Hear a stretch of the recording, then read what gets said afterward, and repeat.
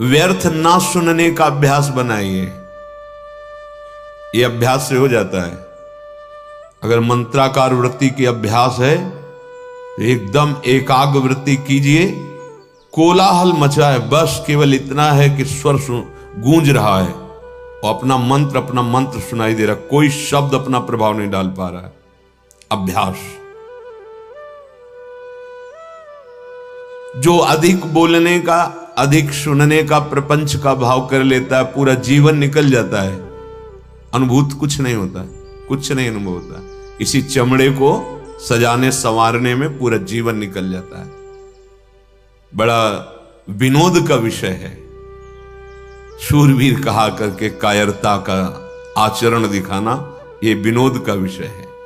भगवत प्राप्ति का लक्ष्य करके चलने वाला उपासक माया के मनोरंजन में विश्राम मान लेना, शरीर सुख को विश्राम मान लेना। प्रपंच में क्या कर रहे हैं? बोले समय नहीं कट रहा था तो बैठे बातें कर रहे थे, ये खेल रहे थे, ये कर। समय यहां कम पड़ता है। समय उपासक को उसको लगता है कि और समय बढ़ जाए, और अधिक साधन करूं, निरंतर और नाम जप करूं। श्रवणनी और कथा नहीं सुनी हो, रसना और न गई हो। कानों से भगवत चर्चा किसी श्रवण फुटो जो अन सुनो। कहां हमारी स्थिति है? बहुत प्रपंच में राग हो गया है, प्रपंच कथन में, प्रपंच श्रवण में। और सिद्धावस्था कैसे मिलती है? बोले श्रवणनी और कथा नहीं सुनी हो, रसना और न गए। ग्राम्य कथा, विषय कथा, राज कथा नहीं, नहीं, भगवत कथा, केवल भगवत कथा। वही गान करना, वही श्रवण करना। जीव अपनी तरफ प्रमाद किए हुए हैं। संयम में रखो इसको। बहुत ही दुष्ट स्वभाव बनती चली जा रही। ये खाना, ये खाना, ये खाना, कभी नहीं आगा रही। ये नहीं आ रहा कि जब लिखा है राधा नाम सुधा रसम, तो मुझे क्यों नहीं सुधा रस, अमृत रस का अनुभव क्यों नहीं हो रहा? ये कभी चाह नहीं पैदा हो रही।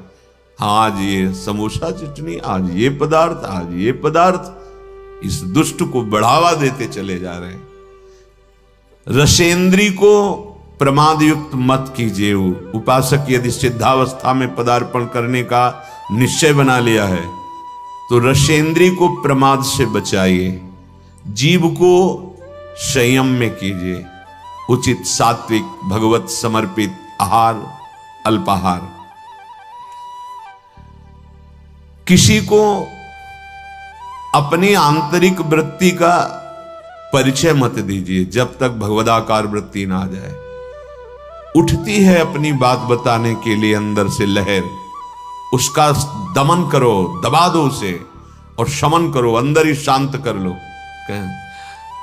हम वहां गए थे, ये कि हम आज सत्संग में ये बात पकड़ी, हम तो ऐसा साधन कर, बड़ा आनंद आता है हमें तो। जहां माला लिया बस आनंद आता। तुम बोल पाते? नहीं आया, तभी आप बोल पाते। जब तक भगवदाकार वृत्ति ना हो जाए तब तक अपनी आंतरिक वृत्तियों को दबाओ, दमन करो, शमन करो अंतर में ही। सावधान दृष्टि रखो। आत्म कल्याण के लिए जहां तक हो सके तहां तक ऐसे लोगों से बात ना करो जो दुनिया की बातें तुम्हें बताते हैं। दुनिया के विषय में हमें नहीं जानना, दुनिया के मालिक के विषय में जानना है। ये जो पर निंदा करने वाले स्वभाव वाले हैं वो बड़े भाग्यशाली साधक है जिनको ऐसे लोगों का दर्शन, संभाषण, संग नहीं मिलता। बड़े भाग्यशाली है। देखो, अगर आप श्री जी की आज्ञा में हो तो आपको ऐसा अवसर ही नहीं है। सत्संग सुने अपने अपने कमरे में, अपनी अपनी दिनचर्या में, बाहर जाना ही नहीं है। अपने ठाकुर के नाम रूप लीला धाम से रति करो। बाहर गए, रास्ते में मिले, दंडोत या राधे श्याम, शुरुआत यहां से होगी, फिर पर चर्चा, फिर पर निंदा, और पहुंचे ठाकुर जी के दर्शन के लिए। वहां से भी पकड़ के कोई दोस्त दर्शन, फिर आए, वही सब मन को गंदा करते। नहीं तो श्री धाम वृंदावन, बहुत जल्दी आनंद का अनुभव हो जाए। विषयासक्त पुरुष जब तुम्हें सम्मान देने लगे तो तुम्हें अंदर अंदर जलन होनी चाहिए और दुर्भाग्य का अनुभव होना चाहिए। देखो सतमार्ग क्या है, सम्मानम कल्याति घोर गर्लम नीचापमानम सुधा श्री राधा मुरली धरो भज सके वृंदावन माते। सबके चरणों में तृणादपि सुनीचे, कब बनोगे, कब आएगा, सबके चरणों में। अहो आश्चर्यमयी बात, वो संसार का वेश धारण किए हुए साष्टांग लूटा हुआ है, कितनी अपार श्रद्धा है। और हम श्रद्धा के मार्ग के पथिक होकर के सर भी नहीं झुका सकते। हमको ये गर्व है कि हम विरक्त हैं। काहे से विरक्त है? देहाभिमान से, विषयों से, किससे? वहां उसकी दैन्यता को देखो, वो साष्टांग लूटा हुआ पड़ा है। केवल आपको इस भाव से ये भगवान के दास हैं, तो आप अपने भगवान को नहीं पहचान पा रहे। उस रूप में कोटिशाह उनके चरणों में दंडवत है, कहीं छू न जाए किसी का प्रणाम, नमस्कार, वंदना, स्तुति, ये कहीं हमारे हृदय को स्पर्श न कर ले, नहीं तो मलिन कर देगी पक्का। विषयासक्त पुरुष द्वारा किया हुआ सम्मान यदि स्वीकार करते हो तो तुम्हारा दुर्भाग्य है। हां, अगर कोई साधु कहता है भगवत मार्ग का, अहोभाग्य तुम्हारे, बहुत सही, चलो आगे, तो हृदय में आनंदित होना चाहिए कि प्रमाण मिल रहा है कि मार्ग सही है, संत वचन मिल रहे हैं। विषयासक्त पुरुष जब सम्मान देता है और उपासक उसी को बटोरना शुरू कर देता है और सौभाग्य मानने लगता है, तो उसके जीवन से भगवान का महत्व खत्म हो जाता है। जो सत्संग से बना महत्व खत्म, देहाभिमान फिर वही जागृत हो गया, अपना महत्व। गान भले उनका करे, महत्व अपना स्थापित करेगा, नहीं तो चौथी भगत मम गुणगन करे कपट तज गान। केवल भगवत चर्चा मात्र से भगवत प्राप्ति, भगवत चर्चा श्रवण मात्र से भगवत प्राप्ति। कितने ऐसे उदाहरण हैं महापुरुषों के चरित्रों में। जो उपासक निकम्मा पड़ा रहना अपने को समझता है साधना, नहीं, सिद्धों वाले आचरण नहीं करना। उनकी भगवदाकार वृत्ति है। वो खड़े हैं या पड़े हैं, चल रहे हैं या खा पी रहे हैं, या विषयी पुरुषों के बीच में भी बैठे हैं, कोई फर्क नहीं पड़ता। कर्माणि श्रुति बोधितानि नितराम कुर्वन्तु मां गूढ़ाश्चर्य रसास्रगादि विषयान ग्रहणन्तु मुंचन्तु वा। जिस समय वो बहिर्मुख पुरुषों के पास बैठे हैं, उस समय वो भगवदानंद में डूबे हुए, एक एक वृत्ति भगवदाकार है। आप उनका अनुकरण न करें, उनके वचनों का अनुकरण करें, जो उनके वचन कह रहे हैं। जो ये समझता है कि अकेला मैं बस पड़े रहना, मांग के खा लिया, तो काम, क्रोध, लोभ, मोह, मद, मत्सर, ये ऐसे नहीं जीते जाते हैं। जीवन में उपासक के हृदय में आराम की तो कोई वृत्ति ही नहीं रह जाती। श्यामा श्याम नहीं मिले तो आराम कैसा? राम नहीं तो आराम कहां? नहीं, तब तक विश्राम। अरे ये बड़ा भारी युद्ध है, बड़े विपक्ष जोरदार हैं, इनको परास्त करना है।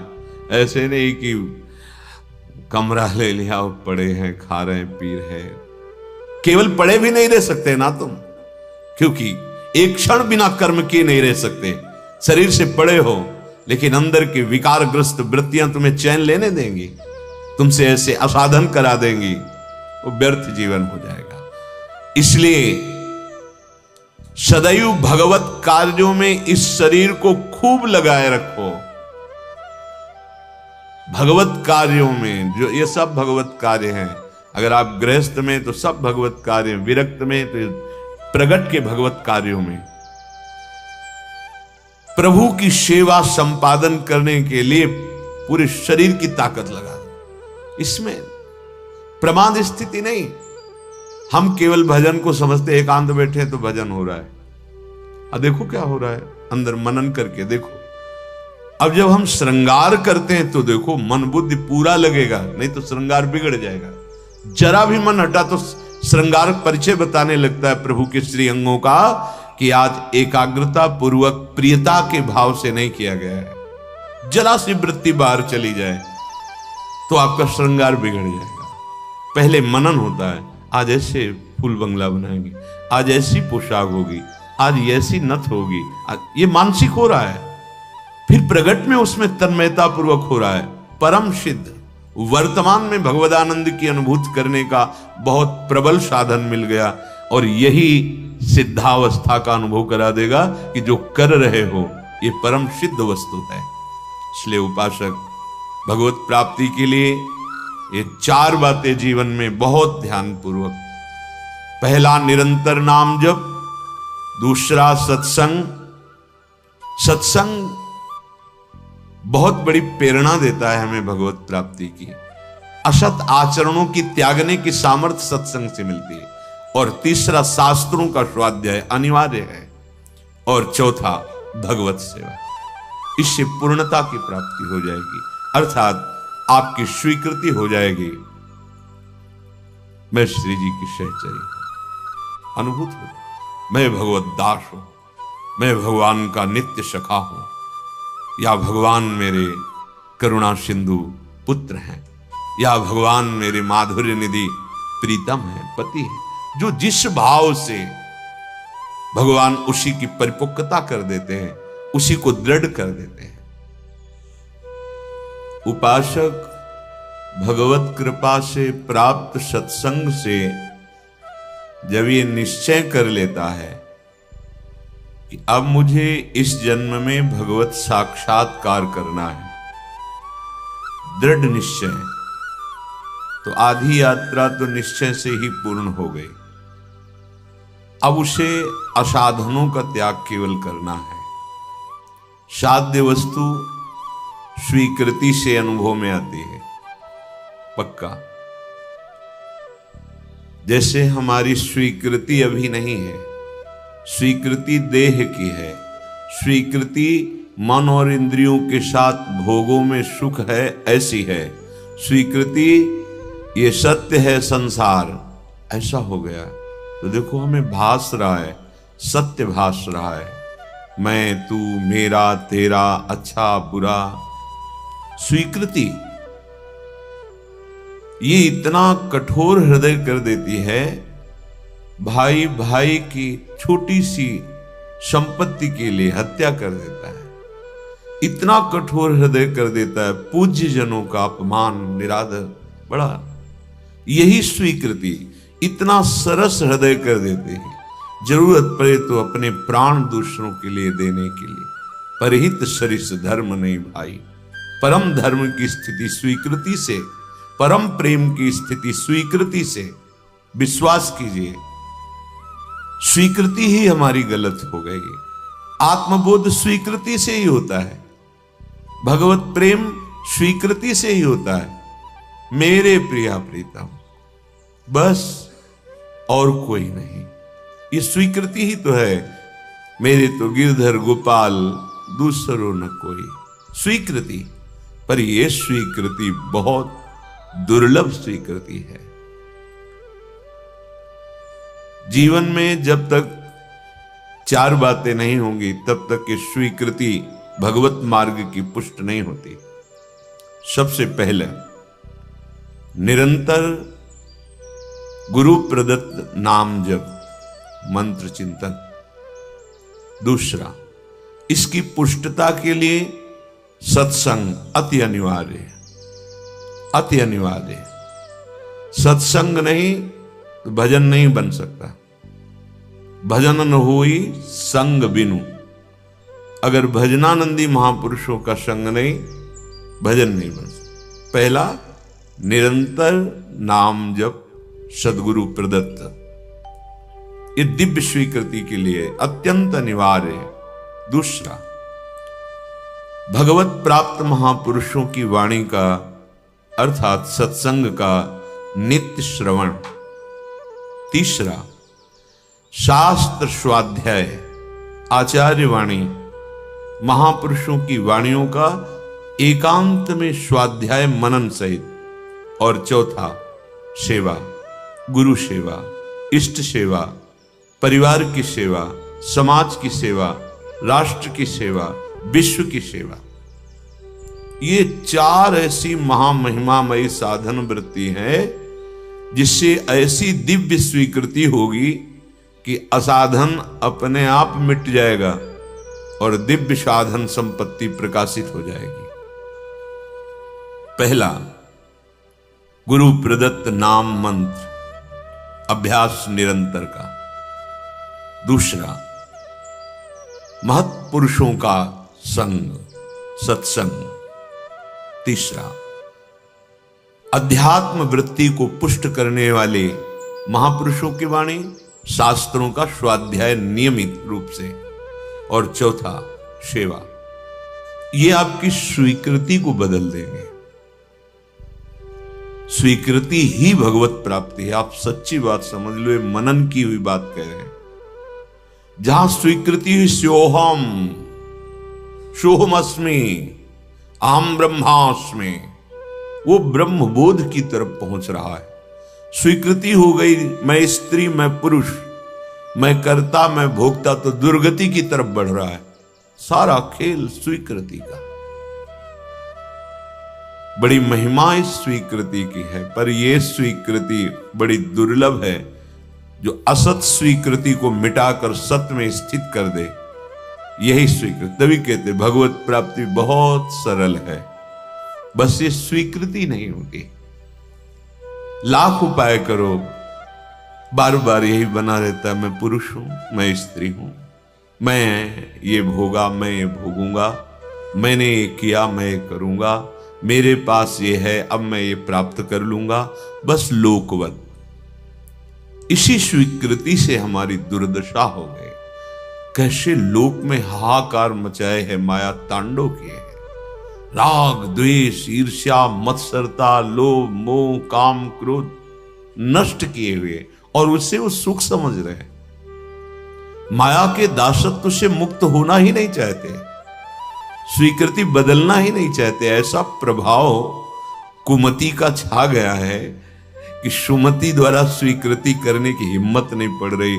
मैं प्रभु का हूं और इस जन्म में सिर्फ मुझे प्रभु को प्राप्त करना है, दिव्यानंद की अनुभूति करनी है, स्वीकृति ही नहीं। गरज रहा है श्रीधाम वृंदावन पावन करने के लिए, गरज रहा है राधा नाम कैसा भी महापतित हो। निकुंज विहारिणी श्यामाजू का ये नाम समस्त पापों का नाश करके हृदय में प्रेम प्रकाशित कर देता है। श्रीपाद कह रहे हैं, श्रीधाम वृंदावन को सुना था, यहां आया तो मेरा मन ही चुरा लिया गया। मुझे पता है किसने चुराया है, किशोरी जी ने। कह रहे, वृंदावन गहन वने राधे ममहारितम मनोरत्नम लब्धम त्वयैव नूनम स्मित मधुरम देहि दासोस्मि। बड़ा गहन वन है वृंदावन। जब यहां आया तो मेरा मन रूपी रत्न चुरा लिया गया। उनका मन रत्न है, अपना तो अभी कूड़ा करकट समेटे हुए। इसे रत्न बनाना होगा। जिसका मन निर्विकार है, निरपेक्ष है, किसी भी तरह की कोई लौकिक पारलौकिक आशा नहीं है, एकमात्र सच्चिदानंद प्रभु में लगा हुआ है, वो मन रत्न है। श्रीपाद ब्रह्मबोध संपन्न महापुरुष है। कह रहे, महिमा सुनी वृंदावन की आया, इतना गहन वन वृंदावन, यहां खो गया मेरा मन रूपी रत्न, और उसे मानो चुरा लिया गया। किसने चुराया? बोले राधे मम हारितम मनोरत्नम। मुझे पता चल गया, चुराने वाले का पता चल गया। मेरे मन को किशोरी जो ने चुरा लिया है। अब मन तो मैं वापस लूंगा नहीं, लेकिन उसके बदले में लूंगा। क्या लूंगा? लब्धम त्वयैव नूनम स्मित मधुरम। पहली बात, आप हमारे सामने प्रकट हो और मंद मुस्कुरा दे। और फिर देहि दासोष्मी, मुझे ऐसी ठसक दे दीजिए कि मैं आपका दास हूं। बस मैं लाडली जी की चरणारविंद की एक एक वृत्ति से अपने मन को देखना चाहता हूं जिसको चुरा लिया गया। मनो में राधाया पद मृदुल पद में निवसतु। बस श्री किशोरी जी के गोरे चरणारविंद के तलवे के नीचे मेरा मन बना रहे। ये बड़ा महामहिम धाम है। बहुत कम साधना से बहुत उच्च कोटि की अवस्था प्राप्त हो जाती है। परम पद मथुरा में प्राप्त हो गया था ध्रुव जी को। जो ध्रुव जी आए मधुवन आए, मधुपुरी मथुरापुरी में। ये वृंदावन है, ये महाप्रेम प्रदान करने वाला है। बस जितना समय बचा है आप सच्ची समझिए, आगे आपको भजन का समय नहीं मिलेगा।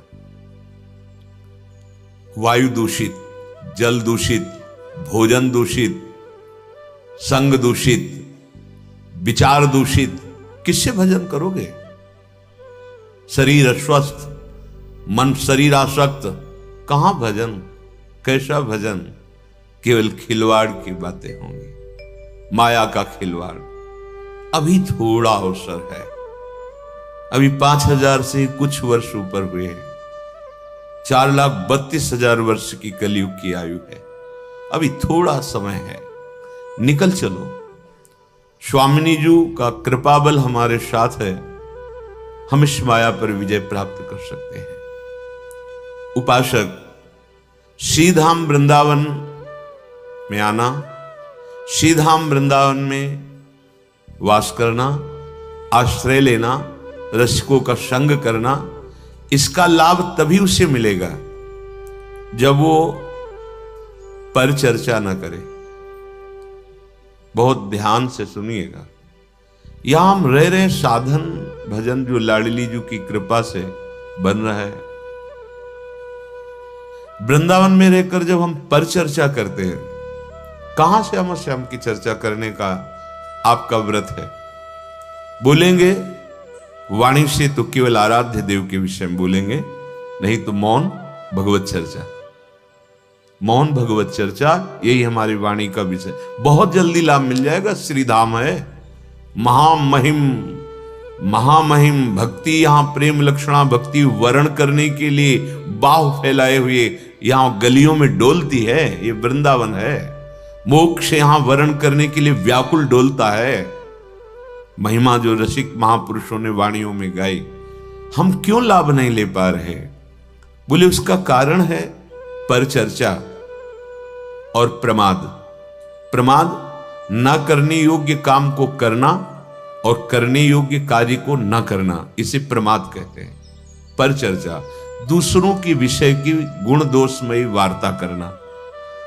परदोष दर्शन, परिचर्चा, परनिंदा, कथन, श्रवण, यही हमारे भजन के प्रभाव को क्षीण कर रही। फिर वही बात आ गई, चलनी में गैया दुहे और दोष दैव को दे। गाय बढ़िया है, दूध भी दे रही, पर चलनी में दूर है तो एक चुल्लू भी पीने को नहीं मिल रहा। धाम महामहिम है, उपासना बड़ी रसमयी, और एक बूंद रस का हमारे हृदय में स्फुरण नहीं हो रहा। क्यों? क्योंकि परिचर्चा और प्रमाद। बैठा लो मन में इस बात को। रसना कटो जो अन रटो। क्यों नहीं आप आचार्य चरण की बातें स्वीकार की जा रही? महापुरुषों की व्यर्थ वार्ता क्यों? हम प्रायः देखते हैं बिल्कुल इतनी पीड़ा नहीं कि मेरे कितने मिनट व्यर्थ जा रहे हैं। कभी कभी एक झुलझुलाहट होनी चाहिए, आपको एक जलन होनी चाहिए कि इतना मिनट हम इससे व्यर्थ की वार्ता करते रहे। और वो वार्ता में गुण दोष जरूर आ जाएंगे, किसी की गुण चर्चा और किसी की दोष चर्चा। उपासक दोनों नहीं करता। तात सुनहु मायाकृत गुण और दोष अनेक। अनेक गुण या उभय न देखी, देखी सो विवेक। सच्चा गुण यह है कि न गुण देखना है न दोष देखना है। भगवत भाव से सबसे देख के उदासीन, अपने उपासना में लगे रहना। जिसमें ये दो बातें बनी रहती हैं, उसमें तीसरी बात घमंड प्रकट हो जाती है, अपने में बड़ेपन का, मैं बड़ा हूं। तो उसका परिणाम भय, विषाद, शोक आ जाता है। वृंदावन में रहते हुए चिंता, भय, शोक, विषाद, या वृंदावन का आश्रय, वृंदावनेश्वरी का आश्रय, और आपके अंदर भय, चिंता, शोक, विषाद। ध्यान दीजिए, फिर ध्यान दीजिए। वृंदावन महामहिम है। अगर मोक्ष चाहिए तो घर घर भटकत मुक्ति बावरी, स्वीकार कर ले कोई। और प्रेम लक्षणा भक्ति तो यहां बाहु पसारे हुए हृदय से आलिंगन करने के लिए तैयार, अर्थात तुम्हारे हृदय में प्रेम लक्षणा भक्ति आने के लिए आतुर है, क्योंकि तुमने धाम का आश्रय वास स्वीकार किया है। पर क्यों नहीं हो रहा? बोले पर चर्चा, पर गुण, पर दोष वर्णन, ये उपासक के लिए बहुत हानिकारक है। और प्रमाद, ना करने योग्य कार्य करना और करने योग्य कार्य में प्रमाद, ये प्रमाद। अगर हमारे अंदर ये दो दोष यहां बढ़ गए तो तीसरा, अपने में बड़प्पन का, सम्मान पाने की चाह, अपने में गुणाभिमान, देहाभिमान बढ़ जाएगा। परिणाम भय, विषाद, शोक, चिंता, ये उसके हृदय में आ जाएगी। जहां थोड़ी साधन वृत्ति बढ़ी तो उपदेशक बन जाता है उपासक। ये महापुरुषों के वचन है। उपदेशक तब तक बनने की आवश्यकता नहीं जब तक तुम षड विकार पर विजय प्राप्त करके भगवत साक्षात्कार न कर लो, तब तक उपदेशक बनने का अधिकार नहीं है। जिस वस्तु का स्वाद नहीं चखा उसको बोलने का अधिकार कैसे प्राप्त हो गया? एक बार किसी महात्मा के पास कोई अपने बालक को लेके गया और कहा कि बहुत मीठा खाता है, गुड़ खाता है, आप इसे मना कर दीजिए, आपकी बात मान जाए। बोले 1 सप्ताह बाद आना। जब आए बोले बेटा मीठा मत खाया करो, उससे तुम्हारे पेट में कीड़े पड़ जाएंगे। आधे आधे उससे समझाया तो उस घर वाले व्यक्ति ने कहा ये बात तो उसी दिन कह सकते थे, 1 सप्ताह क्यों लगाया? बोले क्योंकि मैं भी मीठा खाता था, 1 सप्ताह से छोड़ दिया और आजीवन के लिए तब मैं उपदेश। ये है महात्मा की वृत्ति। हमें भगवत साक्षात्कार नहीं हुआ, हमने अपनी इंद्रियों को अंतर्मुख करके स्वरूपानुसंधान नहीं किया, संसार से वैराग्य नहीं, हम उपदेशक बनकर उपदेश दे रहे हैं तो हमें सम्मान मिलेगा और भ्रष्ट हो जाएंगे। सम्मानम कल्यात घोर गर्णम, ये विष केवल सिद्ध महापुरुष ही पचा सकता है। जैसे भगवान शिव हलाहल विष, कुछ नहीं फर्क पड़ा। ऐसे ही जो शिव स्वरूप हो गया है, भगवत स्वरूप हो गया है, वो जो साधक अभी कोई स्थिति नहीं और उपदेशक बन जाता है तो ये उपदेशक की भावना बड़ी उसको निंदनीय स्थिति में गिरा देती है। महापुरुषों के वचन खोखला कर देती है अंदर से। सम्मान, विषय, प्रियता सब घेर लेते हैं। आज लड़ने की सामर्थ्य है नहीं, क्योंकि वो स्थिति नहीं आई, भूमिका नहीं आई, वो फिर अंदर ही अंदर वो खोखला हो जाता है। उपदेशक अपने को दूसरों का कल्याण करने वाला समझ बैठता है, और जो भगवत प्राप्त वो बोधयंता परस्परम कथयंति च माम नित्यम तुष्यंति च रमंति च, ये भगवद आदेश का पालन हो रहा है। स्वांतः सुखाय तुलसी रघुनाथ गाथा।